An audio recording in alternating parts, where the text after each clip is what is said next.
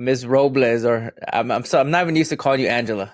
Like it'd be weird for me to call you Angela, but Ms. Robles, we worked with each other for a while. At the school, the same school we worked at, and thank you for joining me on the podcast. And let's just start with you telling me about your educational journey. How did you get into education? Okay, that is a very loaded question for me because so my education started in Tijuana, Mexico, Hmm. where I was a student that couldn't learn. I couldn't learn, so it was definitely not a language barrier. So I had to repeat first grade twice. I had to do second grade twice. Wow. If I had stayed, I would that would have been my pattern. Third grade twice, fourth grade. So I would have been there forever, pretty much. So my parents decided to migrate to the United States. So I came here, and so I jumped from second grade Hmm. in Tijuana to become a fifth grader Wow. in the United States. And Yeah. I was enrolled in elementary school, and I remember the name of the school was Main Street. And so they put me in an all English classroom. I had no idea what happened, and I will say the next 4 years of my life as a student because I couldn't understand what was going on. I just remember walking into Uh-oh. the classroom, finding the I think you seat further. froze. Oh, what about now? Okay, we're good now. So I used to find the seat that was the further away from the teacher, Yeah. like all the way to the back of the room. That was my safe spot. Yeah. So I would just do put all my hair in front of my face, and I would just sit there day after day after day after day after day. Wow. They had a TA, and she was bilingual, but I don't remember getting any specific support other than translating what I was supposed to Hmm. do, which was way out of my reach. I It was didn't all have in access. I had no access whatsoever. it was all in English. It was all in English. So I just copied from whatever who was next to me, whatever they're doing. I was just looking over the paper and just transferring information from their paper to mine. Hmm. So I survived like that 2 years, my fifth grade and sixth grade. Wow. Did I learn anything? Two things. My timetables, because I had nothing else to do in the back of the room other than to Yeah. try to memorize my timetables. Hmm. And I started picking up sight words. Okay. So I remember getting the little like kindergartner first grade books, sight words, and I was feeling so great because I guess from remembering or hearing it, I started picking up the very common sight words, Hmm. and so from there, well, you know how it is. You don't retain kids here, so they just send them off to the next level. So they Yeah. send me to junior high. And I remember in junior high, I had four ESL classes, PE, and I think I had a regular math. Yeah. And that was for the next 3 years. Wow. Did I learn English? No, because the, Wow. the classes were pretty much labeling. So door, table, window, floor, pencil, paper, and so all the students, I remember very clearly, we were engaged in just sending notes. Hey, where are you going to be in nutrition? ¿Dónde vas a estar en nutrition? ¿Dónde vas a estar? So we were just going Hmm. back and forth in our primary language, Hmm. and just completely disregard the teacher because it was not engaging, it was boring, and it was not serving a purpose. Yeah. So that was my junior high school education. Wow.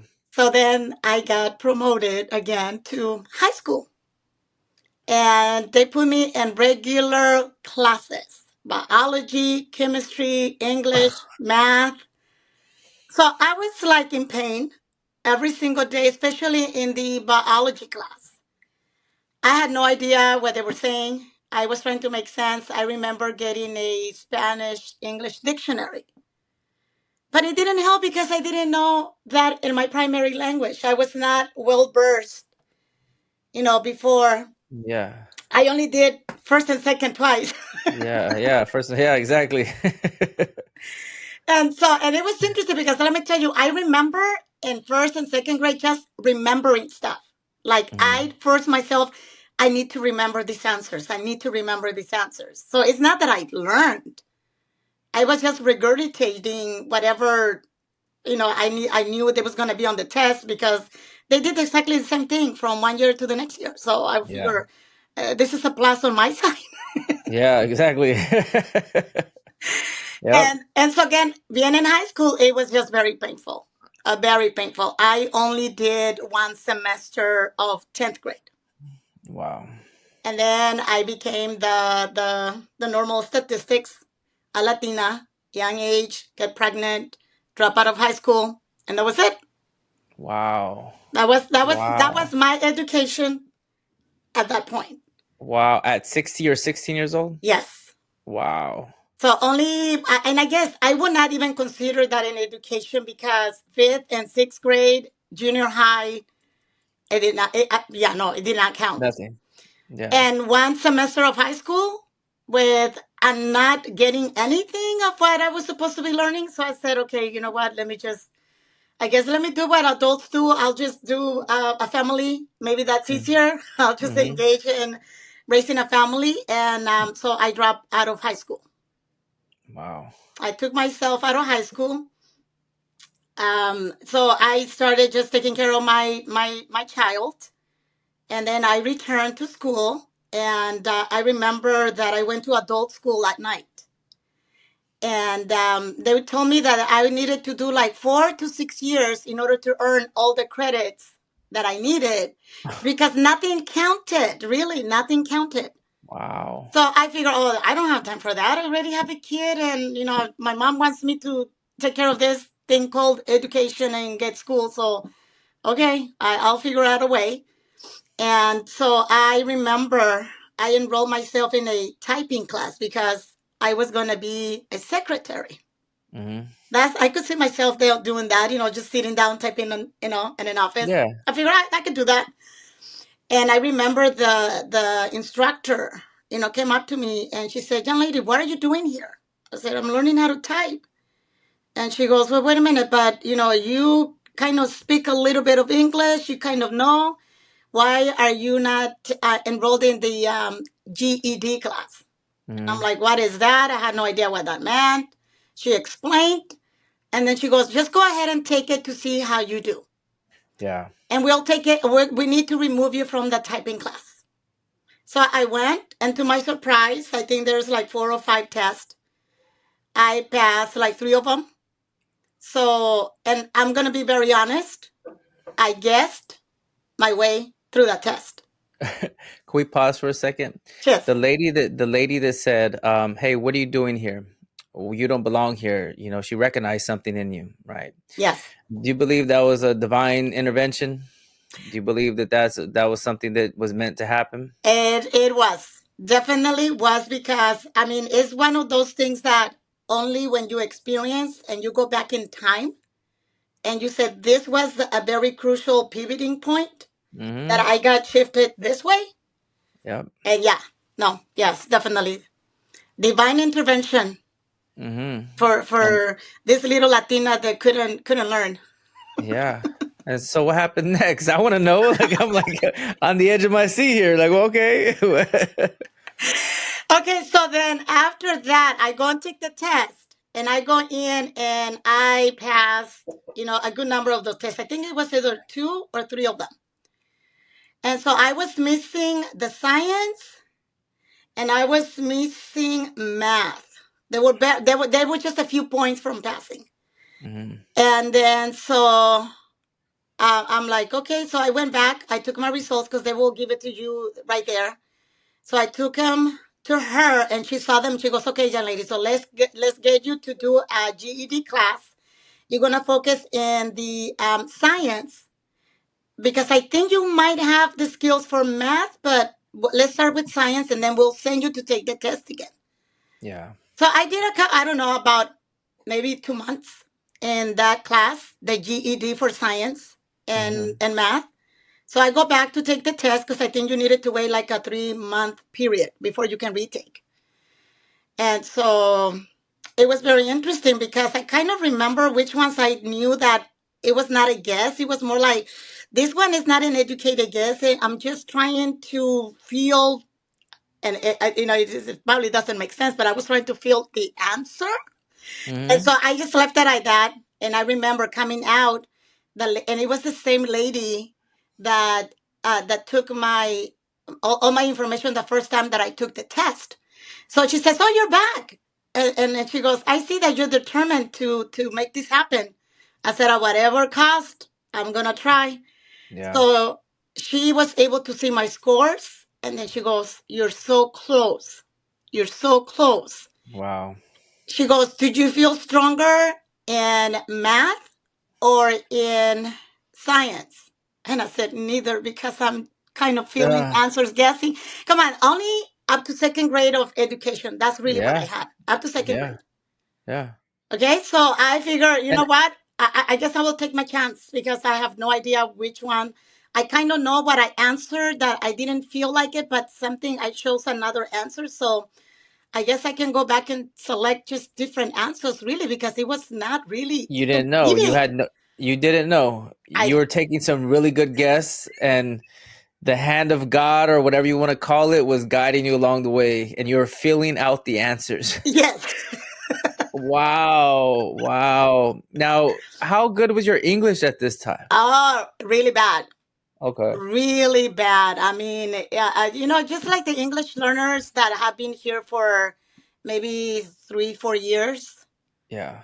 Uh, maybe like our student Edward. Edward. Yeah, Yeah. so you can kind of communicate. You can kind of throw a word here and there.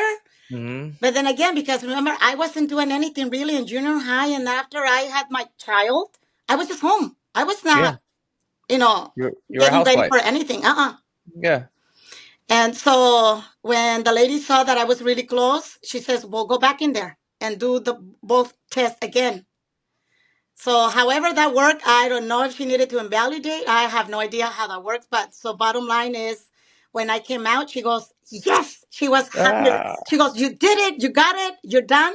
Here is your unofficial, but then you will get something else in the mail, and then you have done high school already." I'm like, "Yay." Wow. Wow. And how old were you at this time when you got that GED, or I must have been like probably okay, so 21, 21? probably Okay. 21. Wow. So not that far off from 18. No, Not no. that far off from 18. Okay. And then you got your GED now, and then what? And Now then what? so I was like, "Okay, mom, here is my high school diploma. I am done." And then she goes, "No, you need to go to college." And I'm like, "No, I cannot do that. I have a kid and a husband, and that's gonna be like not. It's not gonna work." And so she kind of pretty much came down on me and did not give me a choice and said, "You're going to school. I'll take care of the baby. Don't worry about the baby." So going to community college. And again, because my English was very limited, Hmm. I couldn't communicate. I had nobody in my family that could Help you. help me, guide me, because no one had ever gone through any schooling. Hmm. And so I remember going in there and saying, "Okay, um, before I went to college, I remember that I wanted to be a TA because that was the only job that was allowed for me because it was Yeah. safe. Wow. So I Wow. figured, what do I need? I need to be enrolled in college. I said my Hmm. mom had asked that as well. So I figure here I can kill two birds with one stone. My mom will be happy and I can get a job that is secure enough in the eyes of my husband. So I figure I Hmm. do that. And so I just started taking classes left and right. I had no idea. I had no Yeah. idea that I needed to No say guidance.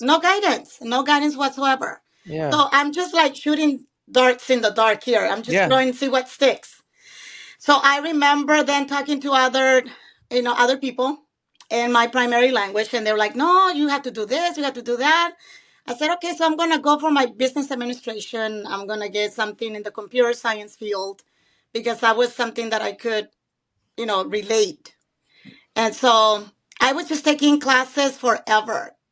It Yeah. took me 6 years Wow. to transfer from community college to university.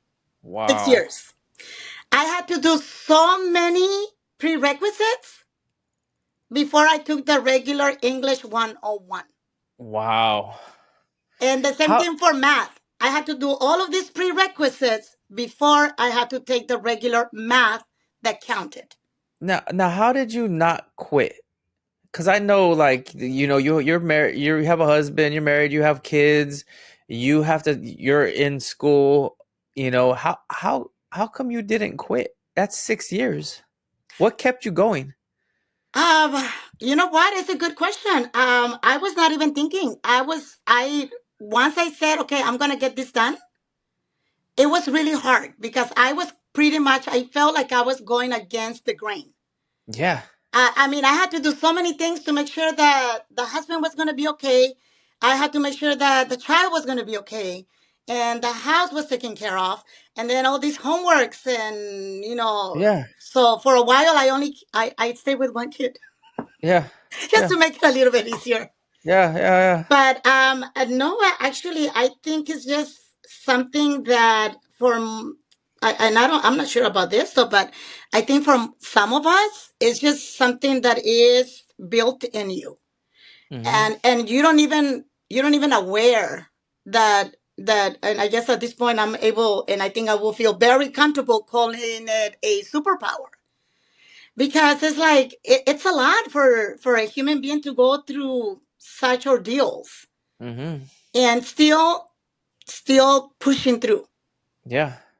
So I, however, managed and I got transferred. I was able to transfer and I had a whole bunch of units that were not transferable because they were all the prerequisites. Yeah. So once I got to university and I'm thinking, okay, I have to select a major. And I remember it was so painful going through the catalog.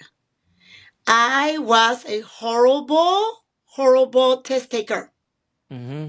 Well, when you think about the GED, but I was like, when it's about content, then it's something different in terms of doing the essays or the short Yeah. responses or stuff like that. And so I selected computer science programming Mm-hmm. because that was the only major that I found that did not require testing at the end of your 4 year stay. So you were looking through the catalog to avoid testing. Yes. That was it. Yeah. Just let me look through this catalog so that I'm going to find a major that I don't have to test at the very end. Yeah. I said, give me whatever project, whatever task. I know that I can get it done. Yeah. Do not give me a test because I fail. I will Yes. fail time after time after time. And when I'm saying this is because in the opposite of the GED, when I had to take my CBEST, 20 times. Wow. And it's a sixth grade Wow. level reading, 20 times. Wow. And I kept going every single time, once that time when, because they have a time Oh restriction. my. Yeah. Okay. And that's when I was like, okay, I kept going and it was just like a roller coaster. It was just up. My numbers will go really close and it will drop and then it will go up again and it will drop. So I was in this roller coaster with my scores. Wow. No problem with math. I have no idea how I did with the writing. Yeah. but the reading was that I couldn't pass the reading. Yeah. The reading was the one that I took like 19 times altogether Wow. because I just couldn't. And I said, well, I don't know, maybe I just memorize the answers and maybe one of these times is just going to be again like a miracle and I will pass. And so I was a TA and I remember having a conversation with one of the teachers and she said, so how come you're not, applying? You already have pretty much, you're done with your bachelor's and you're still a TA. So what's going on? And I said, I can't pass the CBEST. Yeah. And then she said, "Oh, you probably have the same condition that I have." And I'm like, "What is that?" She goes, "I have attention deficit disorder." Yeah. And she said, so bottom line, she said she had the same condition. She couldn't pass it. She got evaluated, and then she got a green pass that give you double the time to take the reading test. Mm-hmm. Let me tell you that going through that ordeal of seeing the psychologist and asking me all these questions that made me feel really stupid Mm-hmm. because I was supposed to know all these answers that I never went to school for. Yeah. I remember leaving every session with a headache. And I was like, wow. So what I'm getting is that I don't know anything. That's what I'm getting. Wow. I do not know Wow. anything. And I was like, how am I supposed to know? Because one of the questions, and I remember so vividly. He said, well, if you get lost in the forest, I said, why would I get lost? Why? I'm like, Stop already. Why would I get lost to begin with? Why am I even in the forest? I was feeling very frustrated. And then I was just said, he goes, well, how would you find your way? I'm like, I have no idea. I'm like, I will not get lost in the forest. Trust me. I will Yeah. not leave somebody's sight. I don't care what happens. I will not Yeah. get lost. And he was like, answer the question. I'm like, I won't get lost. And then That's the answer. I was like, that's the answer. And he was like, well, actually, you're supposed to find the stream and follow the stream because that takes you out. I'm like, I will not get lost in the forest. Yeah. Yeah. Yeah. That's funny. Yeah, so it was quite like I said, because that's why it's a very loaded question, because Hmm. I was those students that you have in the classroom that cannot learn. Yeah. And it's not that we cannot learn because it's not that we have a deficiency. We are wired differently, Uh-huh. but I think if there were to be, maybe if someone with the right mindset would have said, this child has a lot of potential, but she needs to learn in this other way, not the conventional sit and get.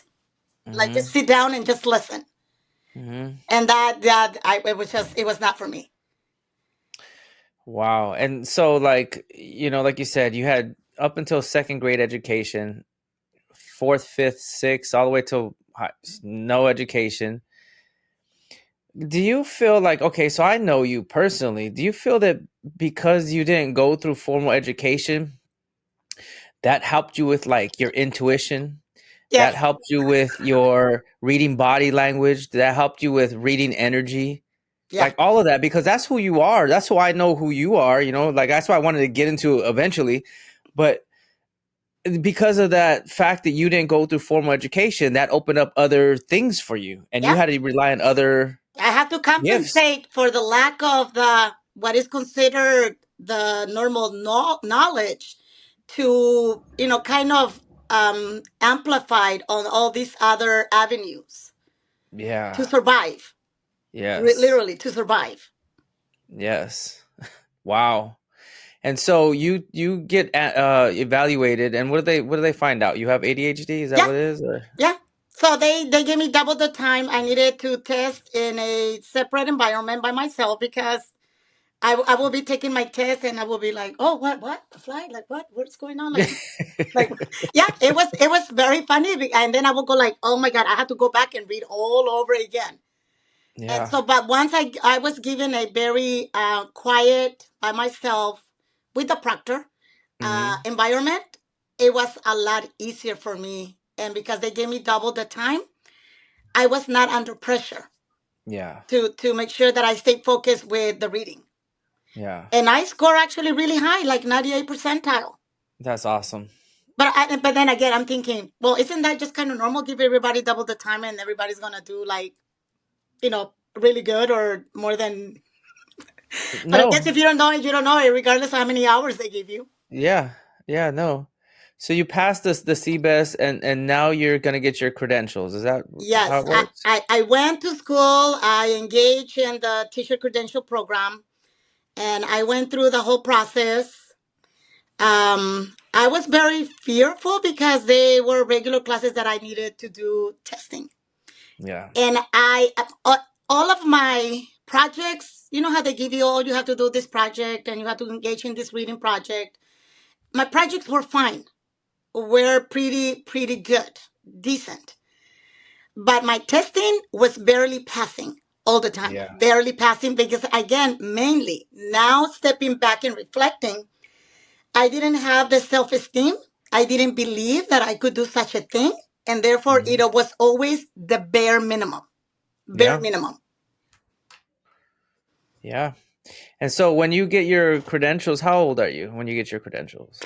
So When you're at this point, oof, we're talking. It's okay. So I was a teacher for about 20, almost 29 years. mm-hmm, So I must have been like somewhere in my mid 30s mid-30s when you started teaching. when I started teaching. Okay. Mid-30s when you started teaching, and your first class, you were a what teacher at the beginning? What were They you? put me in a 3-4 combination class 3-4 combination class. And what that area? You were in Los nobody Angeles? else liked because those were the kids that got left over, That's and they right. got all dumped into one classroom, That's right. brand new teacher. Mm-hmm. And so I survived. And Yeah. after that, I just started being recognized for being able to handle the difficult students. Mm-hmm. The teachers next door, teachers as they're starting to know me, they were like, well, why are the kids not misbehaving when they're with you? Or like, so and so was with me last year and he was a mess, but he's fine.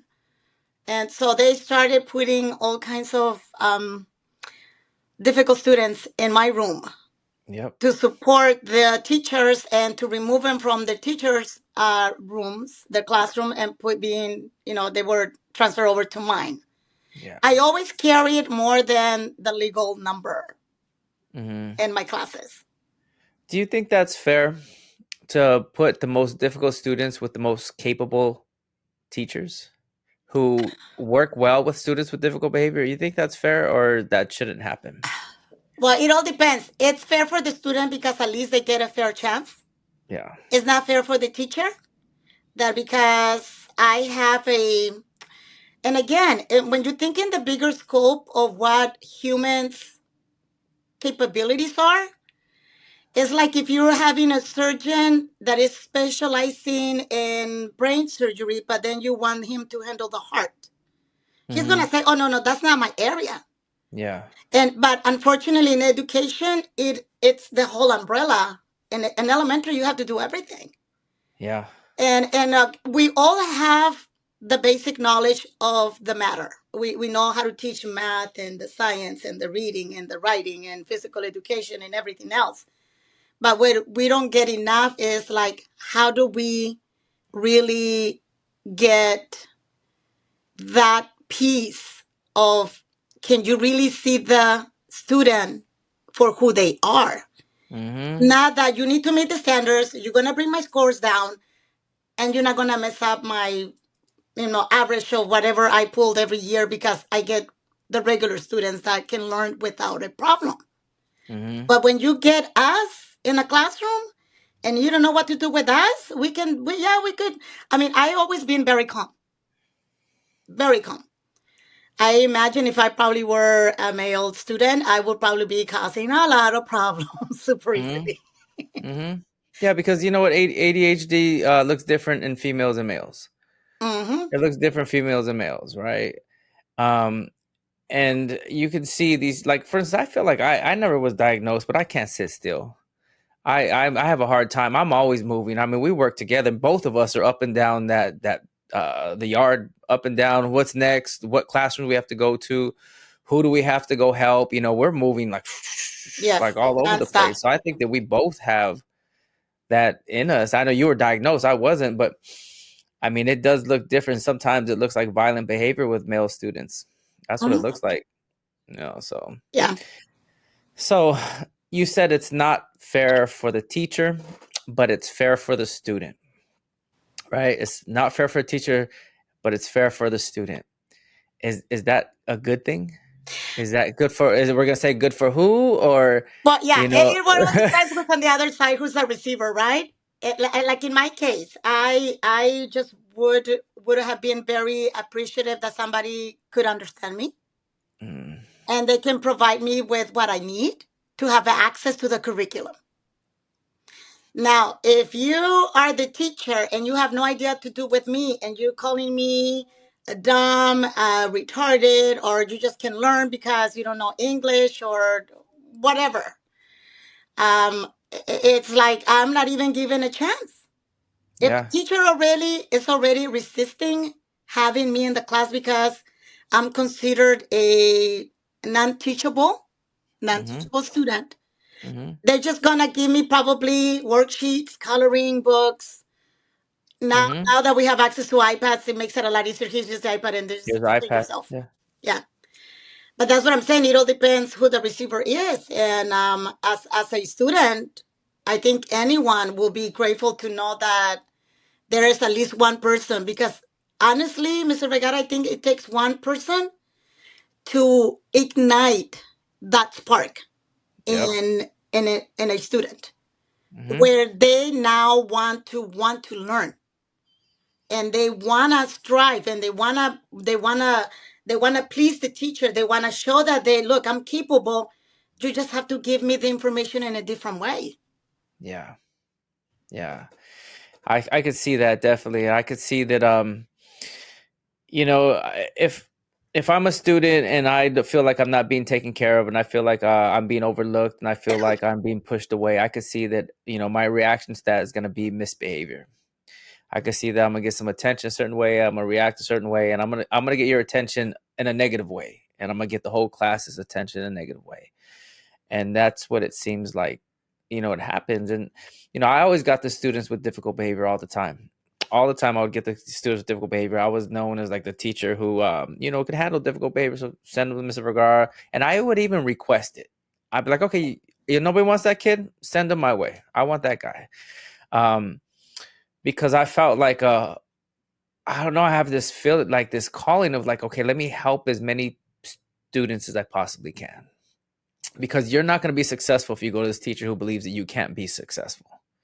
If you go to that classroom and that teacher is like, nah, this student can't be successful, then because of that belief, and then you're going to believe you're not going to be successful. So come over here. Come over here so we could help you believe that you could be a success. I didn't have a hard time with these students with like I wasn't like, damn, I don't want these kids. I was like, give them to me. Give them to me. Give them to me. And I feel like that's made all the difference for me. That's allowed me to, be on social media. That's allowed me to, have a podcast. That's allowed me, whatever it is, that's allowed me to be successful with these kind of kids because of all the times I said, give me that kid. Let me work with that kid. I want that kid who does that. That's always been the reason why, it's helped me out a lot, Hmm. so. But and again, it's like that superpower that I was talking about. For me, like not giving up and continuing to push through against all odds. I think with anybody that has that willingness of Yeah. of let me handle what nobody else wants to touch, Yeah. what nobody else even wants to even give an option, an opportunity, like 5 minutes, 5 seconds.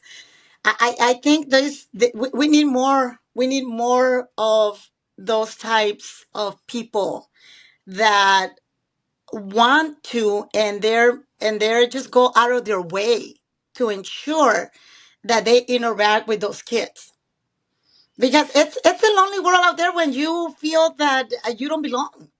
You don't Yeah. fit. You don't fit in any of the groups. Yes. Yes, it is. And so I remember, out of all of this, I was already a teacher. I guess I was into my third year. So in my third year of teaching, I decided to go for national board certification. Nice. Nice. Yeah. Hey, you're a go-getter. You're a go-getter, man. You I was you like, don't let me. stop. But then I think I was in a quest. I think I was in a quest without knowing then that I needed to prove to the world that I was not Mm. a stupid little girl that couldn't learn the language, couldn't Yeah. learn how to read, couldn't learn how to write. So I'm like, let me prove them wrong. Yeah. And maybe that's at the end, towards, after I had began my career, I think that was the force pushing behind it. And again, of course, because I was already one of them. When I got them, I'm like, I know how to handle you and you and you and you because I'm you. And if I Yeah. made it, I'm gonna make sure that you make it. Yes. I'm you. That's a huge point. Like I'm looking in the mirror when I'm looking out into my classroom and I see all these kids with difficult behavior who are struggling. That's me. That's me in that seat. That's me. That's me. That's me. You're me. Mm-hmm. And because I have a room full of me's, I'm like, we're gonna be successful. We're gonna win. You got the right leader here Yeah. because we're going to win. If you're Or just die like trying. me, follow the leader. Yeah, that's right. That's a good point, Ms. Robles. Yeah, yeah, no. That's a good And point. again, I remember, writing up my all my entries. And I just did it with my heart in the right place in terms like I know that the curriculum says this. I know that what they're expecting is this, but the child needs this first. Hmm. And this is what I'm going to do first. Once that gets addressed, everything else is gonna fall in place. Yeah. And so I was kind of doubtful that I was actually preparing to do the retake because that's been my pattern. Yeah. Yeah. I'm the queen of retakes. Yeah. So you got your board certified. You're a nationally board certified teacher. I Get out was, of here! yes, yes, Wow. yes, Wow. yeah, That's awesome. yeah. And then so after that, you're what? You teach what grades you teaching now? I You're had third, I fourth. I did my first year the 3 4. Then they put me in the fourth grade. Then I done everything up to fifth grade. My greatest experience was a 4 year looping. They allowed me Yeah. to do a 4 year looping, Wow. kinder, first, second, and third. Wow. And so I took that group from kinder to third grade. I reclassified 98% of them by the end Wow. of third grade. Wow. Because I said, you are not going to encounter all the obstacles that I did. So, not you. Wow. So, for 4 years, and that was the most amazing experience because we grew so much together. I remember going to first grade. I didn't start with, oh, everybody starts like getting to know you. I'm like, come on, kids, it's writing time, it's reading time. When we move on to second, we were just flying. And in third Wow. grade, we were like, come on, we can't waste time. We have so many things to do. And out of that group, I remember, years later, I went to open the gate and I was in South Central LA. And I remember seeing, what looked like two gangsters and a bicycle. So it was my dismissal gate. So I go there. I have my radio ready because I'm like, I don't know what I'm going to encounter. Hmm. And then there began, it kind of look familiar, but they're already teenagers. And I'm like, oh, they look familiar, but I don't know them. And then one of them goes, Miss Robles? I'm like, Ah. oh my gosh. And then he goes, remember me? And I looked at him and I just kind of like closed my eyes and I said, wait a minute. And I said, you were in my class since kinder. But for the life of me, I couldn't remember his name. And I said, I am not going to let him know that I don't remember his name right now. I just need a little bit more Yeah. information. So as we were talking, and I just remember feeling so, because I saw them, I said, so what are you guys doing? No, miss, school is really hard. And so we just, we have sponsors and we do the bike riding and those stunts. Hmm. And I'm like, okay. I'm like, okay. And so I just kind of felt bad for those two students. Those were my two Yeah. students that I couldn't get to support and guide them in the right direction. Yeah. A year after that, we were doing the culmination ceremony for the fifth graders, and they called me into the main office because somebody was looking for me. And so I go there. I see a young man that was dressed like the army, uniform. And I was like, checking in with one of the clerks. I'm like, I don't know this, but is he a salesman or what? What? He goes, oh, no, he said he wants to see you. I said, okay, so just be on alert because I don't know who this guy is. So I go and say, oh, I'm Miss Robles. I shake his hand and I'm looking at him. And he goes, Miss Robles, you don't remember me? And when he said that, I was like, you were in my class of 4 years. You're Nestor. He goes, Hmm. yes. Hmm. And I just came to let you know that I made it. That's awesome. I was like, oh my God, like for the rest of that day and the rest of the week towards the end of this, I was just in cloud nine. Yeah, In that's cloud awesome. nine. I remember the family had moved away from the around the school to like I think they moved over to Venice. Hmm. They were still because that was the last year that I was gonna look with that group. They were traveling all the way to South Central to bring him to my classroom Wow. for the last year. Wow, you be over here changing lives, Miss Robles. For years. For years. So okay, so then how do you end up at the same, the school we work at?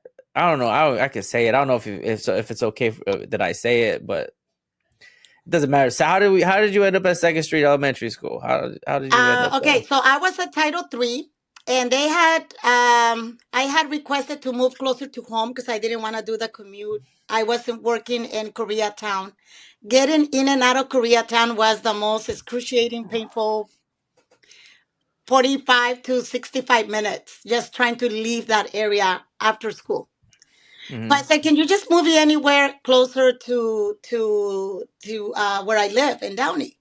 And they were like, well, try, but your services, we want you to go to somewhere by Dodger Stadium. They were going to send me farther out. Yeah. And I said, oh no, I cannot do that. And so they offered me to be, at that point, they were going to open a position of the head Title III, which meant that I was going to go to different schools that didn't have a Title III. I was going to be there for a week or two, and then I was going to be moved to I'm like, oh no, that is even, no. I'm like, Worse. I Yeah. cannot make an impact. I don't get to know the people. I'm like, no. And as I said, so I'm just going to remove myself from the position. I will find myself another job. And I remember calling one of my friends and saying, hey, you know what? I'm looking for any kind of position, classroom, whatever you have, I'll take. And so the principal at Second Street was Miss Knowles. And Hmm. then she said, yes, I do have a coordinator position. And I said, oh, I never done a coordinator. I don't know. I don't know. Yeah. I'm like, I don't like paperwork. I'm not a Yeah. paperwork person. I'm not a desk person. Yeah. And she goes, well, that's the only thing I have right now. And she said, well, come for an interview and then you'll take it from there. I went for the interview, and pretty much I got hired on the spot. She was not participate. She did not participate in the process because Yeah. she knew me. But then everybody else did, and so they were like, "Oh yeah, we want Miss Robles to, be our coordinator." And Yeah. I said, just be patient. I've never been a coordinator before, but I'm going to try my best. Hmm. And that's how I ended up at Second Street. And Miss Robles doesn't lose. She never gives up. She never gives up. She gets put in a coordinator spot and doesn't give up. Okay, no, it was the first year there. The behavior problems that school had were off the roof. Hmm. I was actually scared. I thought I seen and experienced everything, not until I got to Second Street. Yeah. I was like, oh my goodness, like what's going on? Why are they feeding the kids over here? Like what's going on? It Yeah. was it was really bad. It was really bad. And The so behaviors were so bad. so bad. And you saw how many principals before Miss Rodriguez gets in there? It's Miss Knowles and then Miss Rodriguez? Is that how it went? Uh yes. Okay. Yes. Yeah, Miss Knowles actually, so she was the one that hired me and did 1 year with me and then she left. Okay. And she And did then ask, come with me to this. I'm like, I can't, I'm barely established in relationships. yeah. I'm getting to know the families. I'm building relationships with the students as well. So I'm like, I'm sorry. I'm learning the position and I would rather stay here and learn it. And Yeah. I'll just figure out whatever I need to figure out. Yeah. And so I stayed. Yes. And you stayed and I guess 2 years go by. So you're there 3 years before I get there or something like that, right? Mm-hmm. Something like that. So you're there 3 years before I get there. Or maybe I get there in your fourth year or something like that. And like I immediately recognized you. I was like, this woman right here has some power right here. This woman right here has some power. I always size everybody up. Every school I've worked at so many different schools, and you size everybody up. Like, what's Mhm. everybody about, right? And so I'm sizing everybody up, and I'm sure everybody's sizing me up as well.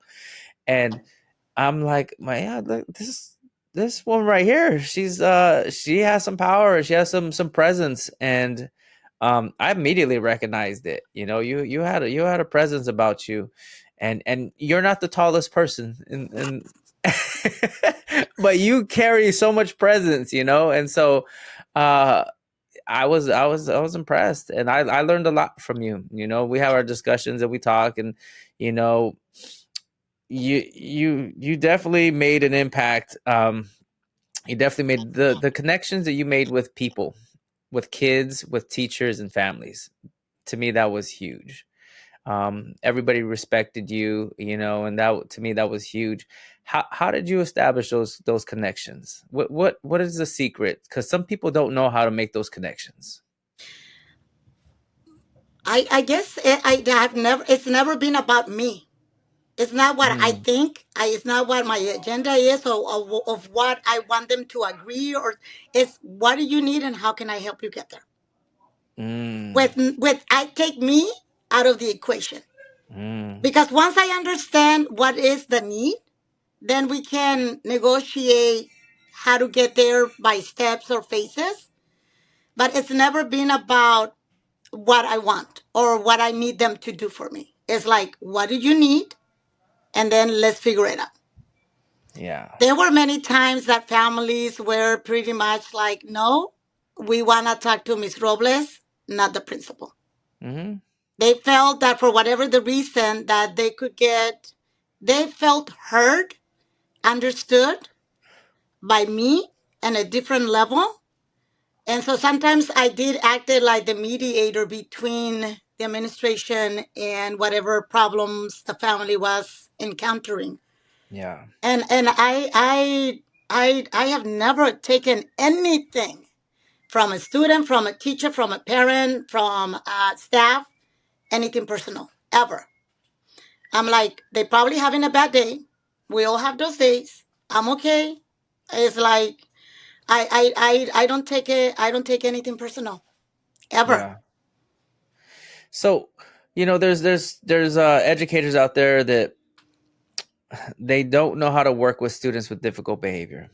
They don't know how to work with students with difficult behavior, and they feel like, what, I'm just going to send them to the administration. I'm going to send them out stuff that maybe they shouldn't send them to the administration for.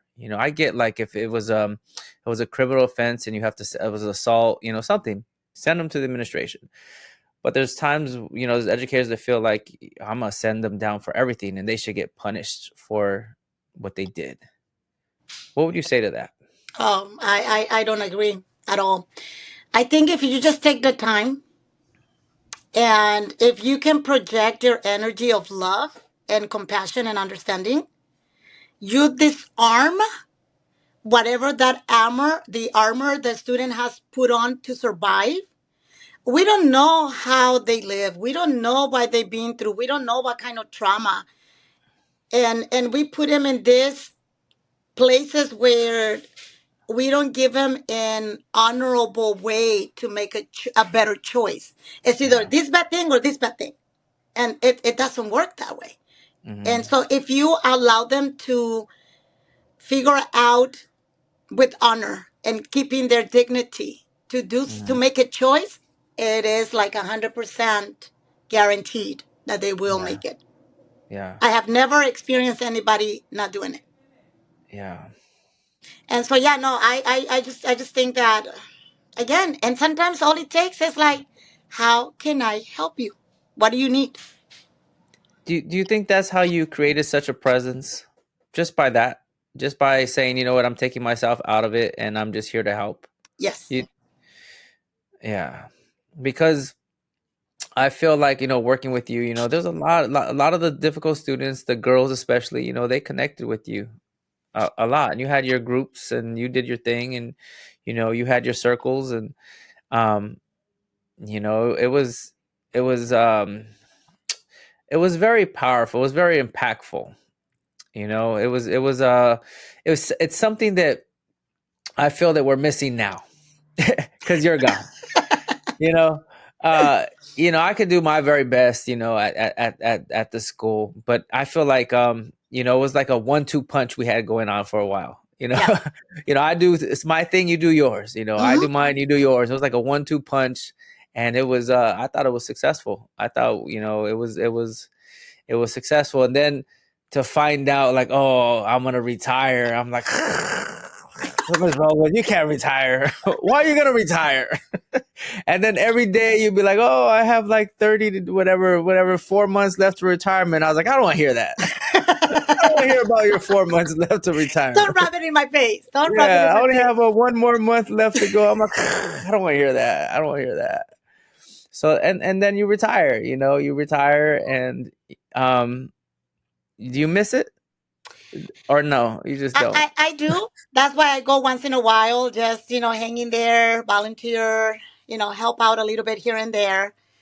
I don't think I could ever be away from people. Yeah, I don't think I could just be like completely disconnected.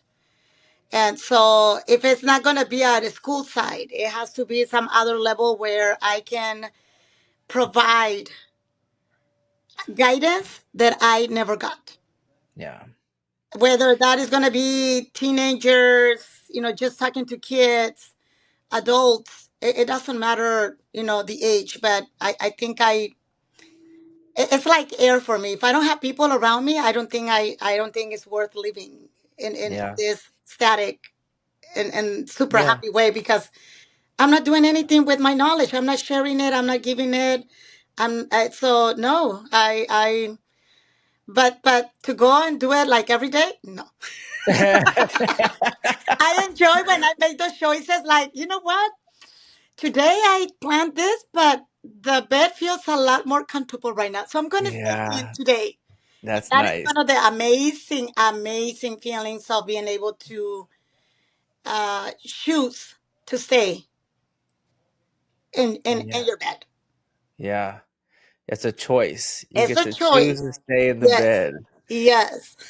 So, okay, so let's, why did you retire? I Because retired. yeah, why did you retire? Okay. Being in education already for a little bit over 28 plus years, I see how everything is changing. It's getting very complicated. It's getting to be very demanding. It feels like they're tying our hands, and we Yeah. can't really do what it's needed. We have to abide by all these regulations and guidelines, and if you don't, then you get written up Mhm. for trying to help, even Mhm. though that's what the child might need. It's like it's a no-no. You Mhm. can't you can't do this way. It has to be, you have to follow the bulletin, you have to do this.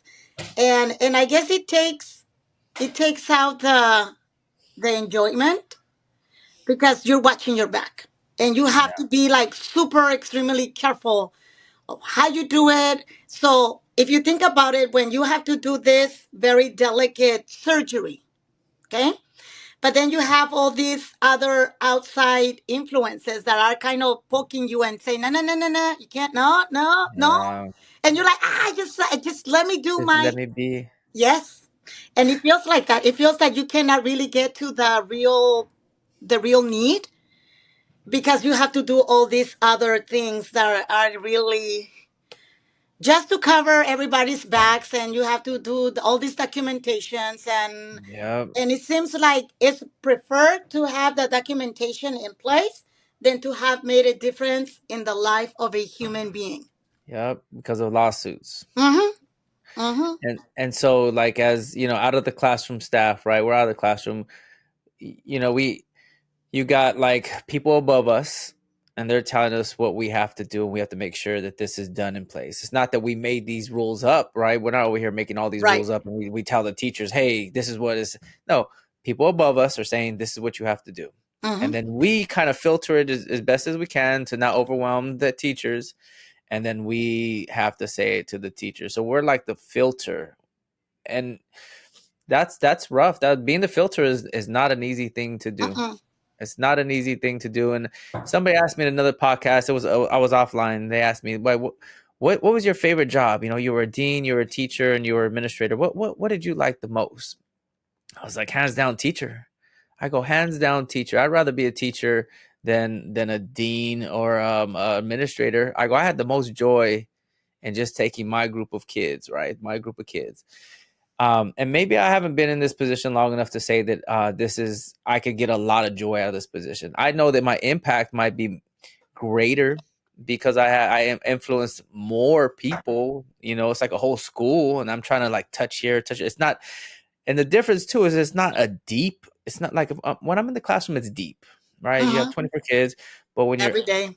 when you're outside, you do your very best to try to make the connections with the family. You're making connections with everybody, and you try your best to go as deep as you can. But it's difficult, and it could be frustrating, and it could be draining.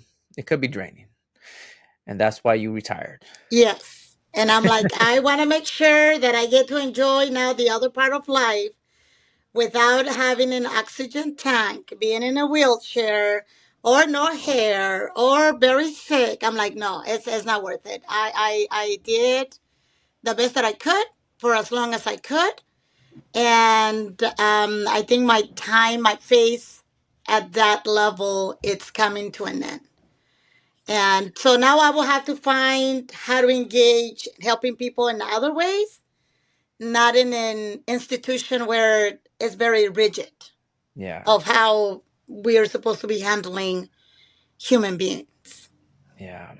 So, what kind of advice would you give to future educators, that are coming into the profession as young 20-year-olds coming into the profession? What kind of advice would you give them for them to be successful in this field?